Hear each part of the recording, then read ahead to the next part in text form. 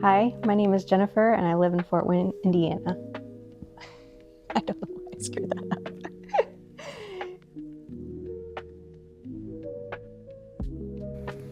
That I'm quiet.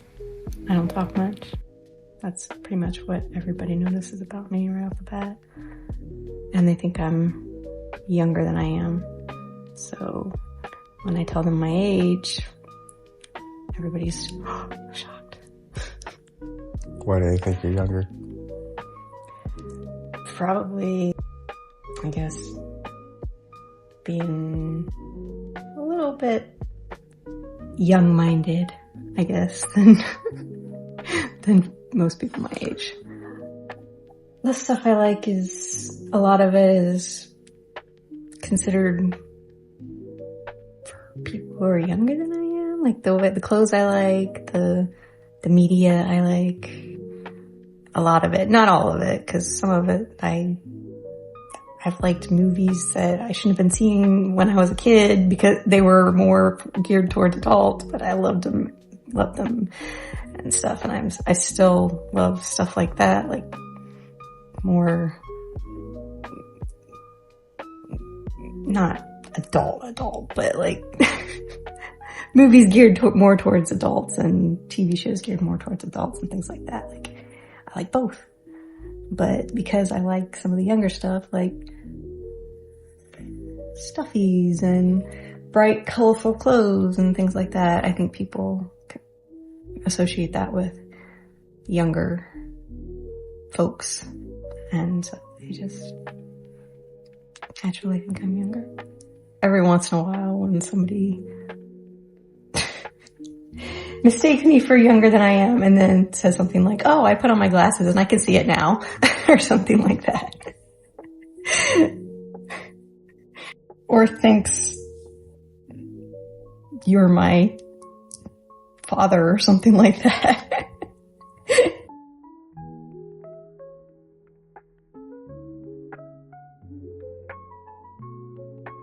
I think a lot of people, not everybody, but I think some people think I'm not friendly or something because I'm quiet.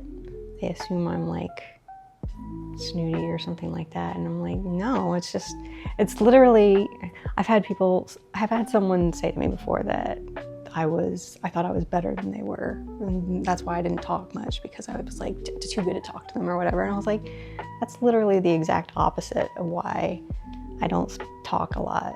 Most of the time it's because I don't feel like I'm good enough to talk to other people that I don't speak up. So it's like she was telling me the exact opposite of how I feel. And it wasn't much fun. Well, like, people can be in a group having a conversation, and if it's something I don't know much about or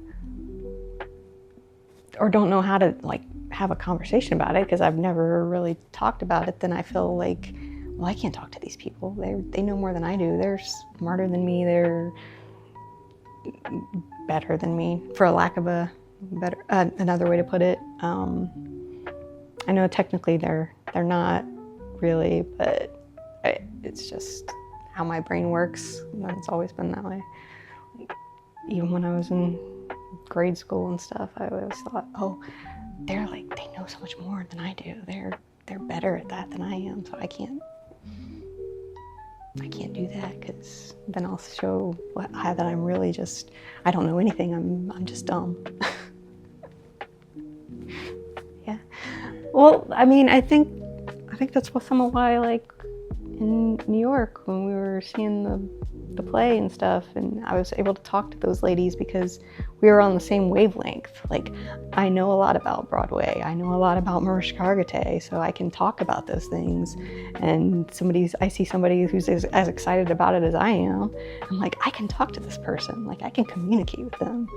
And I don't always feel that way, you know? Like, I don't find that a lot. So. TV shows and stuff, like, fluently, because I love that stuff so much and I know so much about it that it's just easier for me to talk about and have a lot to say. Whereas other stuff I might not know much about. So then somebody who does says something, and I feel like, well, I'm an idiot, so I'm just gonna keep my mouth shut. I think it takes, like, I have to be in a certain headspace for it. Like, typically I get embarrassed, and when I get embarrassed, it's kind of all downhill from there. It's like I have a really hard time recovering after I get embarrassed about something. I start to get really in my head about it, and just it's really hard to come back from that.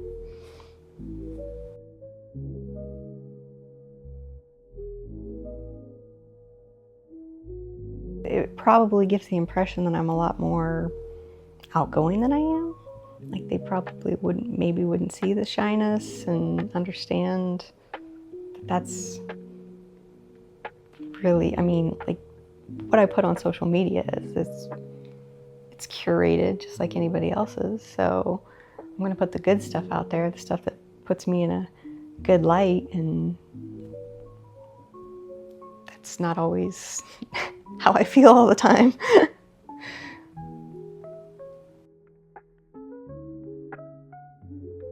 Well, I think it was a stimming thing. I was stimming and I had no idea what that was, and somebody noticed and pointed it out and kind of like laughed about it, and that's when I realized, oh, I can't do that. I can't, because I guess that's not normal. And then that's, and I was probably like 8, maybe 7 or 8, and then I think that's when I was like starting to catch on that some of the stuff I did wasn't maybe what I was supposed to do, or what was considered normal, neurotypical behavior. I used to do this thing with my tongue. I'd do that with it.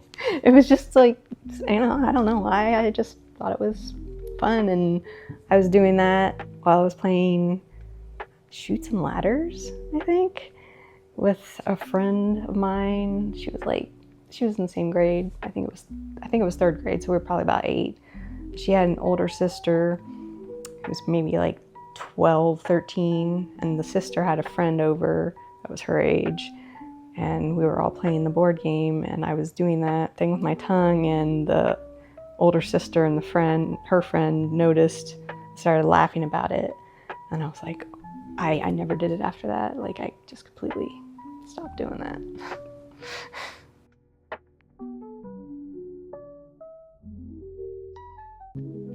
I was probably like 10, and the older lady had been a teacher when she was younger. She was retired and everything, but I was homeschooled at the time, so I guess I was probably about 12. I don't know. Anyway, she would like randomly quiz me because she had been a teacher, and she wanted to make sure like my vocabulary was okay and everything, and that I was at the level that I was supposed to be at. And so she would randomly quiz me, and I hated it. Like, I used to really like going over to their house while my mom cleaned, and I would talk to them, and I thought they were kind of interesting. They had a lot of cool stuff in their house. But then she started to do that, and I didn't want to be around her after that, because I was like, I don't want to be like under that pressure. But I had like a really good vocabulary. Like, that's always been what I was best at. I was like vocabulary, English type stuff. But she would ask me like, what's a noun? What's a verb? What's this? What's that? And I would panic because I hadn't like studied. And so that I wouldn't know how to answer her, like communicate to her that, yes, I know what this is. I just couldn't, like, my mind just, because when I get nervous, I go blank a lot of times. And so I think she was making me really nervous, so I couldn't answer her questions, and she just thought I didn't know the answers, didn't know what I was doing. And she was like talking to my mom, telling her she needs to really like do better with my vocabulary and my spelling and my English. And I'm like, yeah, I was really good at that stuff, and so it was just I couldn't communicate with her. I couldn't tell her what I knew because I couldn't put it into words because I was nervous and didn't like that she was putting me under that pressure.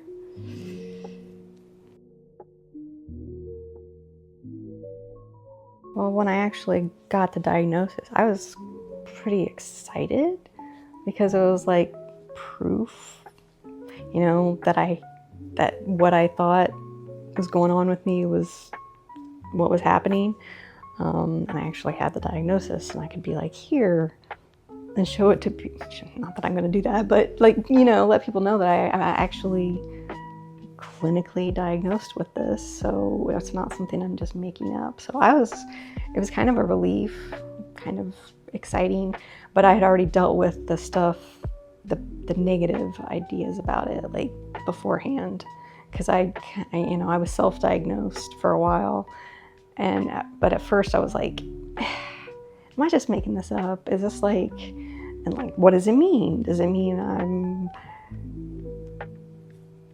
not smart, or that there's something seriously wrong with me, or that my personality isn't actually my own personality? It's just the autism or the whatever, you know? It was just like I had this whole identity crisis basically, but that had happened before I got the diagnosis. So by the time I got the diagnosis, I was kind of able to like be like, okay, this is good, you know, like I can work with this. Like, this is a good thing.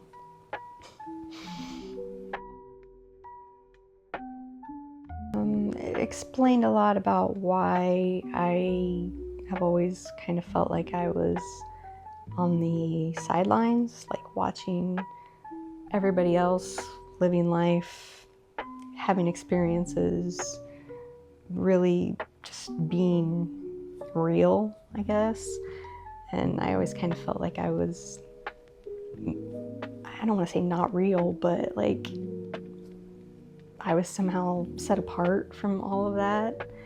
And so like the diagnosis explained to me what that probably stems from, like, you know, being neurodivergent and actually having like my brain works differently than other people. So that's probably why I was like not feeling like I was exactly experiencing things the way they were, because I really wasn't. I was like, my brain was doing something different.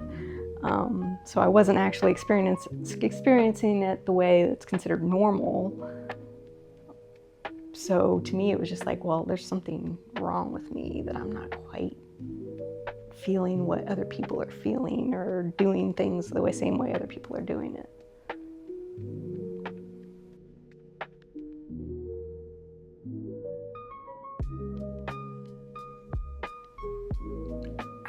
How much I question myself, and like what I know and what I've learned. Like, I can easily be like told I'm wrong about something. Well, that's not entirely true, because like when I know somebody's wrong, like I know they're wrong. Like I know, and I don't let them believe what they want to believe, because it's not worth arguing over.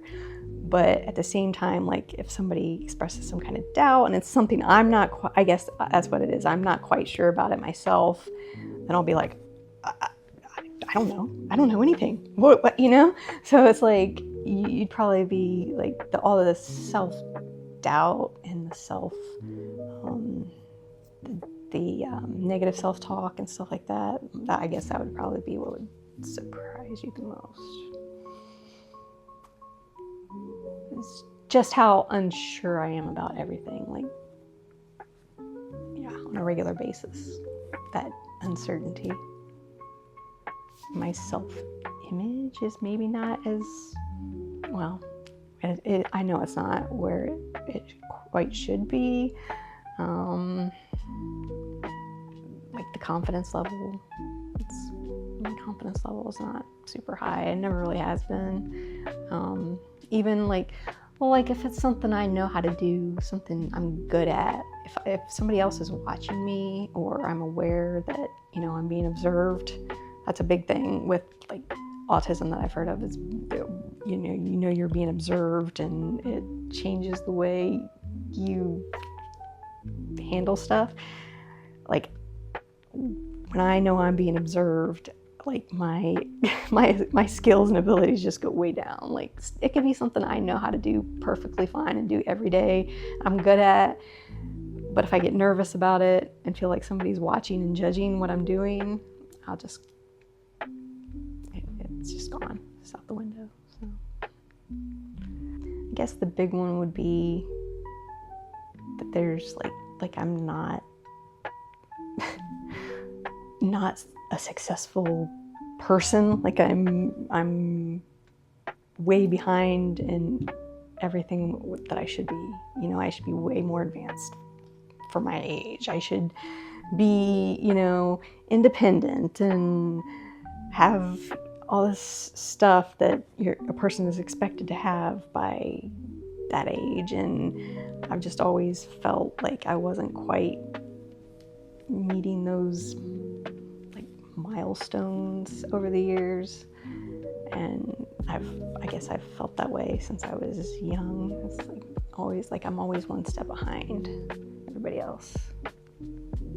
I think I've thought about it so much and for so long that it's really hard to turn it off. I think that's why I have such a hard time with getting out of that, because it's just how, you know, what my brain got used to. It's like, I don't even know how to not think that way, you know, because I've trained myself, I guess, over the years to think that way, to immediately go to, oh, I'm the one who's wrong. I'm the one who did something. I'm the one who's at fault in this situation. It's because I'm the one who's always screwing it up and second guessing myself and everything. So I think I just talked myself into thinking that way and never quite broke out of it.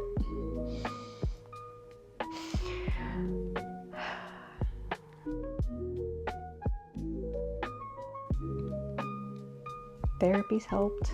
Becoming aware of that being what I'm doing. Like, at least, you know, now I can look at it and be like, okay, that's the self-talk that, you know, you're supposed to avoid. And, you know, and I'm like, what do they call it? I don't remember what the term for it is, but there's a word for, like, when your thoughts are not quite, I don't remember what it is, but I've talked about it in therapy and stuff. And so breaking that cycle is, I'm working at it. I'm not saying I'm good at it yet or that it works all the time, but at least to be aware that that's what's happening. Because when I was a kid and wasn't aware of all this, what all this stuff was, what it all meant, why I felt that way and stuff, I was really confused and scared about it. And now I'm like, this is just the TISM, or this is just the OCD, or this is just the self-doubt. It's not because it's actually true what I'm thinking.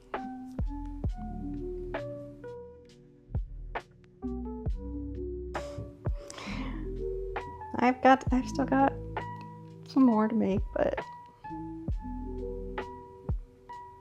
I'll get there eventually. Like always.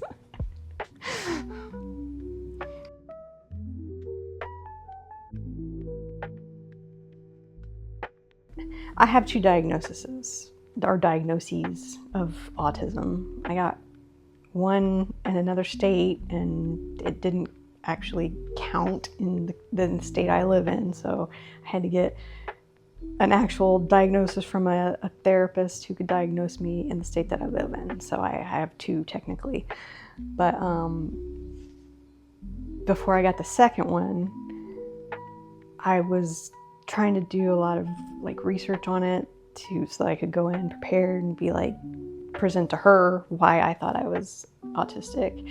I did a whole PowerPoint presentation and everything. And so going through old pictures of myself, old videos, and just seeing all the little things that I used to do that were just like, to me, that was just normal, was just part of who I was. It wasn't anything that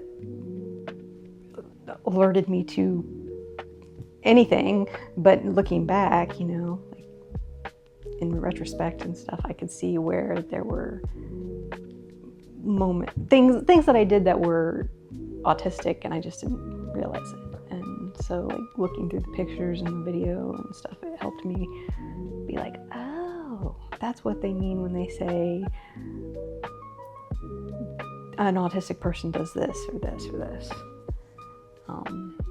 Like I've heard that a lot of people with autism are into like spinning and stuff like that, and I used to be like, well, that's not me, because if I spun around right now, I'd be so dizzy I'd fall over or get sick or something. But when I was a kid, I loved to do cartwheels. I loved to do flips on like the monkey bars, or just a single bar on a playground and stuff. Like, I lived for that. Like, I was constantly twirling, doing something. And I went back and watched video of myself as a kid, and that's what I was doing. And most of them was like spinning, twirling, cartwheels, all that, somersaults, all that stuff. And I was like, ew. Yeah, I guess that explains a little bit.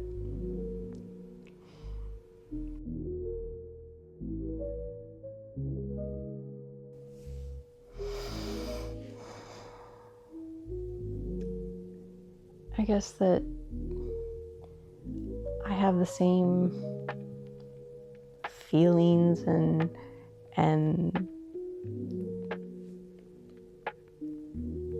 I guess struggles and everything as any regular person does. It just maybe looks a little bit different for me, the way it presents itself, but I'm just like everybody else.